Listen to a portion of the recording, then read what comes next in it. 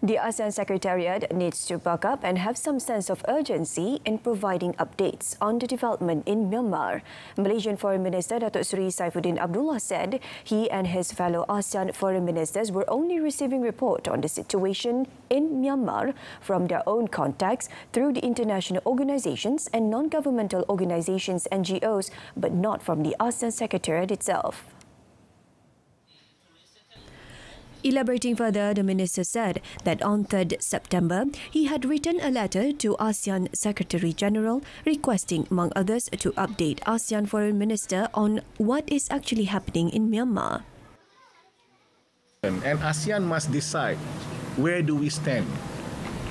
So my letter to the Sept is to us, ASEAN, we have to sit down and consider what do we do now. We cannot just wait for meetings because the next meeting is going to be the ASEAN Summit and that will be in November. Tell me how many people will die. He said this to reporters after visiting Rabbaniyah Educare, a school for Rohingya children in Kuala Lumpur today. On 1st February 2021, Myanmar's military seized power in a coup hours before the newly elected parliament was due to convene for the first time. Ever since, more than 2,000 people were killed in the uprising against the junta.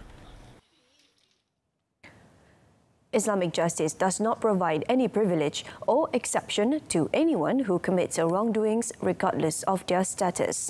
Yang di-Pertuan Agong Sultan Abdullah Riayatuddin Al-Mustafa Billah Shah said the principle of Islamic justice also does not allow any form of injustice, including to those not liked, and uphold justice without favoritism. Justru kuasa menghukum dan memberi pengampunan tidak wajar digunakan sewenang-wenangnya kerana ianya bakal dipertanggungjawabkan kelak di hari kemudian. Jika undang-undang tidak dilaksanakan secara konsisten dan adil, nescaya keadilan tidak akan tercapai kerana falsafah di sebalik pengubalan sesuatu undang-undang itu telah ternoda. His Majesty added that transparency in justice system will create a peaceful, prosperous and advanced society. Sultan Abdullah also reminded the Sharia court judges to be wise and considerate when handing out verdicts, especially cases that involved family matters. In another matter, Sultan Abdullah proposed that the concept of diyat to be studied and implemented in Pahang and the country in general. His Majesty said the matter should be taken into consideration by the relevant parties as soon as possible. Menyaran pihak-pihak yang berkenaan supaya menentukan cadangan saya untuk mewujudkan hukuman diat ini dapat dikaji dan dilaksanakan dan diteliti dan dilaksanakan di negeri Pahang dan di Malaysia amnya. Sudah hampir 5 atau 6 tahun saya telah mengemukakan cadangan ini tapi masih lagi di peringkat kaji dan kajian dan berbincang. The concept of diyat in Islamic law refers to compensation to the families of victims following a serious offence. Sultan Abdullah also recommended that the community service penalty to be introduced in the country's Islamic law as a form of punishment for Sharia law offenders. The King said this when officiating the opening of the Pahang Syariah Court Complex in Kuantan earlier. Gracing the event were the Raja Pemaisuri Agong Tunku Haja Aziza Aminah Maimunah Iskandariah and the Regent of Pahang Tunku Hasanal Ibrahim Alam Shah Sultan Abdullah. The first phase of locker facility installation works in schools nationwide will begin by the end of this month. According to Senior Minister of Education, Dr. Razi Jidin, for the first phase, focus will be given to primary schools with 2 sessions involving Standard 1 and Standard 2 students. Untuk fasa 1 ini kita buat untuk murid tahun 1 dan juga murid tahun 2. Dan insya-Allah kita akan mula pasang loker-loker di sekolah pada penghujung bulan ini. Jadi bulan 10 tu kita akan cuba ikhtiarkan supaya semua perolehan itu telah sampai ke sekolah dan semuanya dipasang. Tapi batch pertama loker akan mula dipasang pada akhir bulan September ini insya-Allah. Dato Dr. Razi was met at the Senior Education Minister engagement session with media chief editors in Putrajaya. In March, the Education Ministry MOE had announced that Locus facility will be provided for primary school students starting this year, and it will be implemented in stages. This is to resolve the heavy bag issues faced by the students, especially those in the primary schools. Aside from locker facility, the MOE also encouraged teachers to utilize thematic or modular approach during teaching and learning session to reduce dependency on textbooks. Police have smashed a syndicate for misappropriating subsidised diesel with the arrest of 11 men through 2 raids in Jalan Semenyih near Kajang last Thursday. Selangor Police Chief Dato' Arjunaidi Muhammad said the raids were conducted at 2 warehouses by the Criminal Investigation Department of the Selangor Police Contingent Headquarters and the Royal Malaysia Police BDRM drone unit after receiving complaints from the public. He said the 11 suspects, comprising 7 locals and 4 foreign nationals, were lorry drivers and general workers aged 19 to 59. The investigation found that the syndicate, active for 3 months, had modified lorries and 4-wheel drive cars to purchase diesel from petrol stations around Kajang. Bila penuh, dibawa ke sini, 2 tempat ni, sebelum dia dipindahkan ke dalam tangki simpanan. Yang saya katakan ada 3 tangki simpanan. Sebelum dijual semula kepada pengusaha industri. Okay. Bermakna pihak industri akan membeli minyak diesel bersubsidi dengan harga yang lebih murah. Briefing reporters today, he said the diesel are resold to industrial operators at RM4 to RM5 per litre. Dato' Arjunaidi said 8 modified vehicles comprising 7 bonded lorries and a Toyota Hilux, as well as 94,450 litres of diesel worth about RM1.5 million were seized. All the suspects who have no previous criminal records are being remanded for 5 days until tomorrow. A 34-year-old clerk was charged in the Ampang Magistrates Court today with the murder of her 6-month-old baby boy last month. Zainah Misdin, 34, merely nodded when the charge was read to her before Magistrate Amalina Basirah Matop. No plea was recorded as murder cases come under the jurisdiction of the High Court.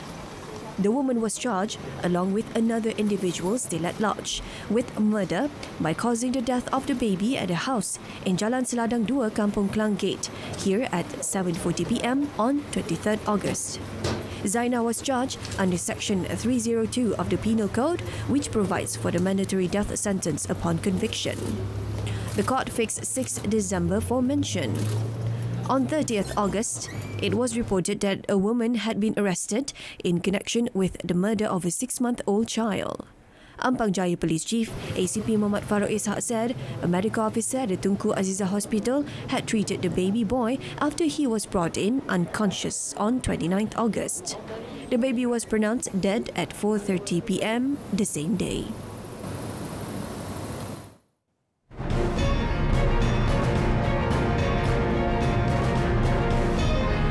To come, Premium Visa Program receives encouraging response.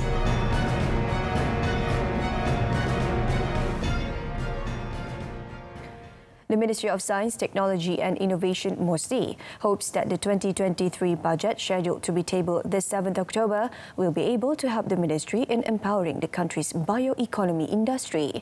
Its Deputy Minister, Dato' Ahmad Amzad Hashim, said through the Malaysian Bioeconomy Development Corporation,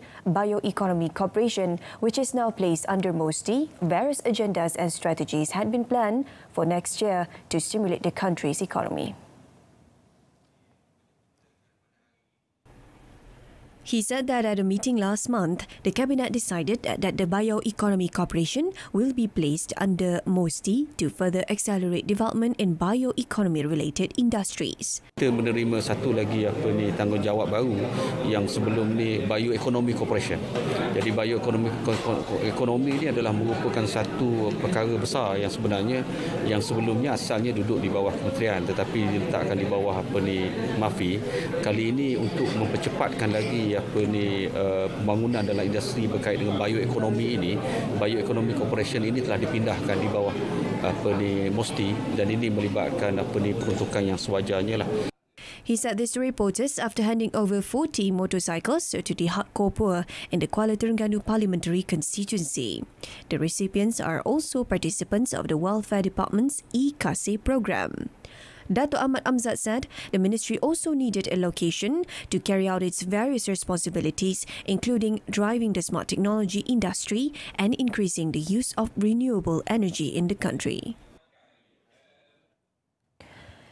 The takeover and rebranding of Bosted Cruise Centre, now known as Port Klang Cruise Terminal (PKCT), is timely to boost the tourism industry in Selangor, according to the Sultan of Selangor, Sultan Sharafuddin Idris Shah. Formerly owned by Bosted Holding Berhad, PKCT is now owned by North Point Malaysia Berhad subsidiary Klang Port Management Sendirian Berhad and Westports Malaysia Sendirian Berhad. The Sultan said he is confident that with the efforts made by PKCT, the terminal can be a catalyst for the growth of the domestic and international tourism sector, as well as to regenerate income of the tourism industry in Selangor, which has been badly affected by the COVID-19 pandemic. Kita sedar tentang cabaran besar yang sedang dihadapi oleh pegiat industri pelancongan. Pemulihan sekitar pelancongan ini perlu mengambil masa untuk dipulihkan.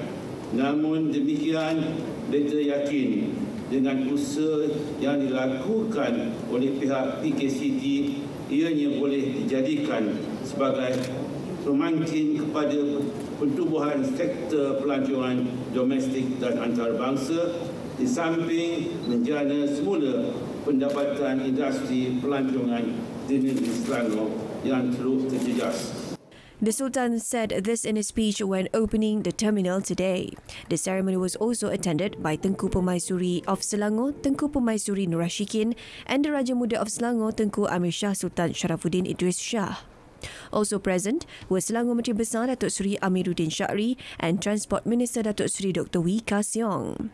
Meanwhile, PKCT Chairman Dato' Azman Shah Muhammad Yusof said plans were afoot to expand the wharf of the terminal to allow more cruise ships to dock, as well as upgrade facilities at the terminal to accommodate more passengers.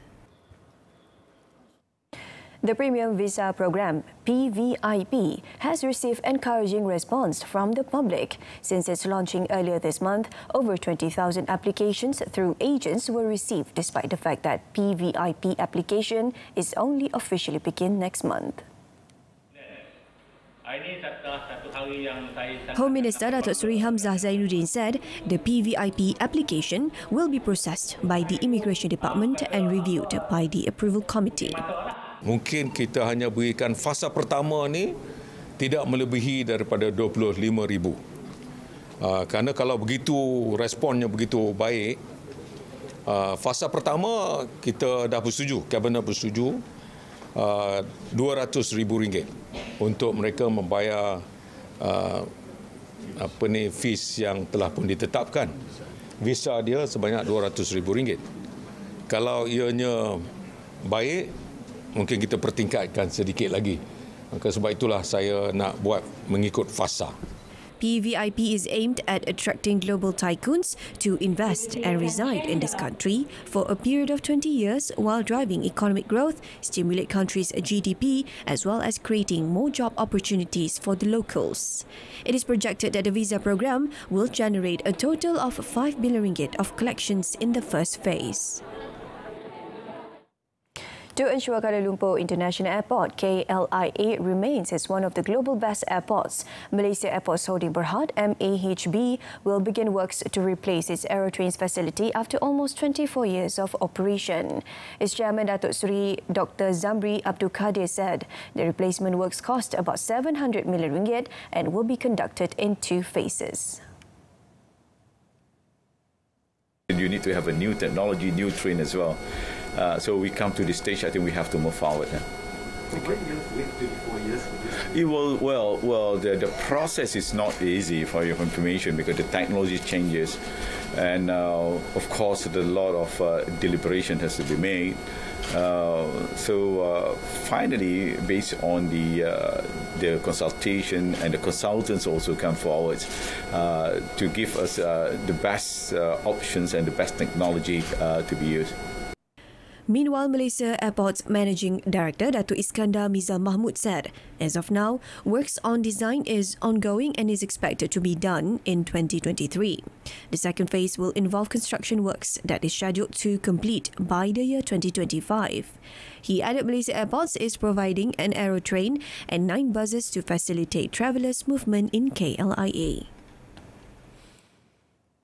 Over 24,000 female personnel and officers from the Royal Malaysia Police (BDRM) nationwide will benefit from free cervical cancer screening or HPV DNA and mammogram test for breast cancer under the Women Reproductive Cancer Awareness Campaign WCARE. According to Women, Family and Community Development Minister Datuk Seri Rina Harun, the program is part of her ministry's continuous effort to spread awareness on cancer. Mereka juga perlu untuk diberikan kemudahan ini untuk membuat pemeriksaan di mana bila program ini dijalankan di pihak LPPKN kita akan turun ke negeri-negeri memberi taklimat dan juga pemeriksaan. Kita akan mulakan dahulu kepada mereka yang mempunyai risiko yang tinggi. Sebagai contoh, mereka yang sudah pun berusia 40 tahun ke atas dan juga yang mempunyai ahli keluarga yang mempunyai sejarah, yang mempunyai kanser-kanser yang kita sebutkan tadi. She said this at the launching of WCARE campaign at the Federal Capital. Inspector General of Police Tan Sri Akhil Sani Abdullah Sani, meanwhile, welcomed the effort to disseminate awareness about the importance of early cancer screenings among PDRM's female personnel.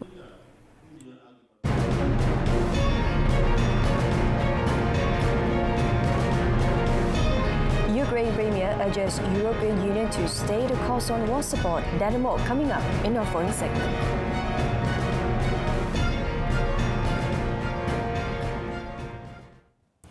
Liz Truss was named as Britain's next Prime Minister today, winning a leadership race for the governing Conservative Party at a time when the country faces a cost of living crisis, industrial unrest and a recession. After weeks of an often bad-tempered and divisive leadership contest that saw the Foreign Minister face off against former Finance Minister Rishi Sunak, Truss came out on top in a vote of Conservative Party members, winning by 81,326 votes to 60,399. The announcement triggers the start of a handover from Boris Johnson, who was forced to announce his resignation in July after months of scandals saw support for his administration drain away. He will travel to Scotland to meet Queen Elizabeth on Tuesday to officially tender his resignation. Truss follow him and be asked to form a government by the monarch. Long the front-runner in the race to replace Johnson, Truss will become the Conservatives' 4th Prime Minister since a 2015 election. Over that period, the country has been buffeted from crisis to crisis and now faces what is forecast to be a long recession triggered by skyrocketing inflation, which hit 10.1% in July. Truss has said she will appoint a strong cabinet, dispensing with one source close to her called presidential style of governing, and she will have to work hard to win over some lawmakers in her party who had backed Sunak in the race. Pakistani authorities are struggling to prevent the country's biggest lake bursting its banks and inundating nearby towns after unprecedented flooding, while the Disaster Management Agency on Monday raised its toll of flood deaths by another 24. Pakistan's National Disaster Management Agency said record monsoon rains and melting glaciers in Pakistan's northern mountains have brought floods that have affected 33 million people and killed at least 1,314, including 458 children. The floods have followed record-breaking summer temperatures, and the government and the United Nations have both blamed climate change for the extreme weather and the devastation it has brought. Authorities on Sunday breached Pakistan's largest freshwater lake, displacing up to 100,000 people from their homes in the hope of draining enough water to stop the lake bursting its banks and swamping more densely populated areas.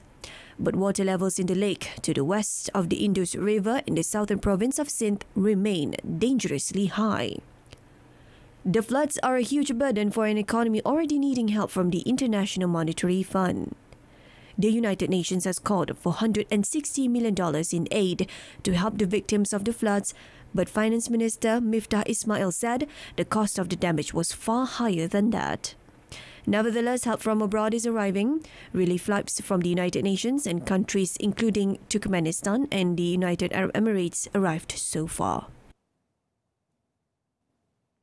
Sri Lanka's Foreign Minister Ali Sabri said that a constitutional amendment bill trimming presidential powers was expected to become a law in a couple of weeks. Elaborating further on the matter, Sabri told the media at the Foreign Ministry that the amendment would bring back participatory governance. The Sri Lankan constitution is very clear on that any judicial process should be in terms of the Sri Lankan constitution. So within the Sri Lankan domestic mechanism, we agree, but anything externally try to pressurize and take the power away from the constitution, we will not agree to that. The bill, which will require a two-thirds majority in the House to become law, was proposed to help shore up stability and diffuse unrest provoked by the country's worst financial crisis in decades. The crisis came to a head in July when then-President Gotabaya Rajapaksa, who was accused of economic mismanagement, fled the country and resigned, replaced by Ranil Wickremesinghe. The proposed amendment would establish a constitutional council and 9 independent commissions to improve governance. The commissions would work to promote human rights, increase audit oversight of government agencies, and bolster anti-graft investigations. Sabri said Sri Lanka was also in the process of drafting a new anti-terror law that will be in line with international best practices. Ukraine Prime Minister Denis Shmyhal urged the European Union today to fulfill its financial and military aid commitments and maintain its support for Kiev more than 6 months after Russia's invasion. Shmyhal met leading EU lawmakers, including Roberto Metsola, President of the Parliament, who briefed Reuters about the 90-minute session covering a broad range of topics. Yeah, the demands were for the European Union to live up to its commitments promised in terms of financial aid, but also military and logistical support. From a Parliament perspective, we made a commitment to do everything we can in the most efficient way possible, as we have since the beginning of this war, in order to do what we need to do for the answers to be given, whether from a practical point of view, whether in terms of political support in the path of Ukraine towards the European Union, but now we have to take it further. Metsola said the discussion with Shmyhal focused on whether sanctions against Russia were working, whether they should extend the digital economy and continue activities of some EU companies in Russia, and whether to allow Russian tourists into the bloc. Metsola said there was a risk that Europeans face with spiraling prices, particularly of energy, forget about the conflict.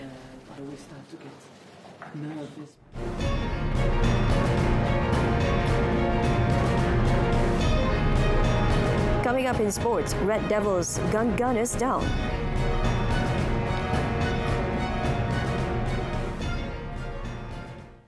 Marcus Rashford struck twice as Manchester United made it 4 wins in a row and ended Arsenal's perfect start to the Premier League season with a 3-1 victory at Old Trafford.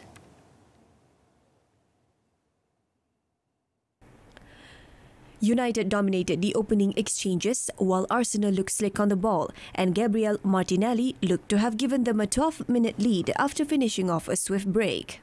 But referee Paul Tierney was sent to the monitor and disallowed the goal after ruling that Christian Eriksen has been fouled by Martin Odegaard before the counter-attack was launched.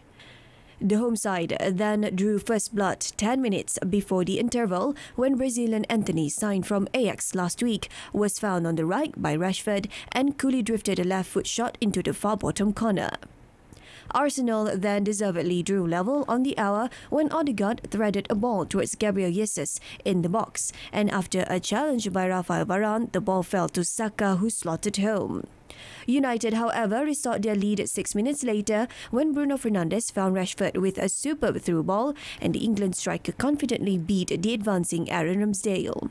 A 4-game winning run, including victories over Liverpool and Arsenal, is exactly the kind of streak Ten Hag needed his team to go after his reign started with embarrassing defeats against Brighton and Brentford.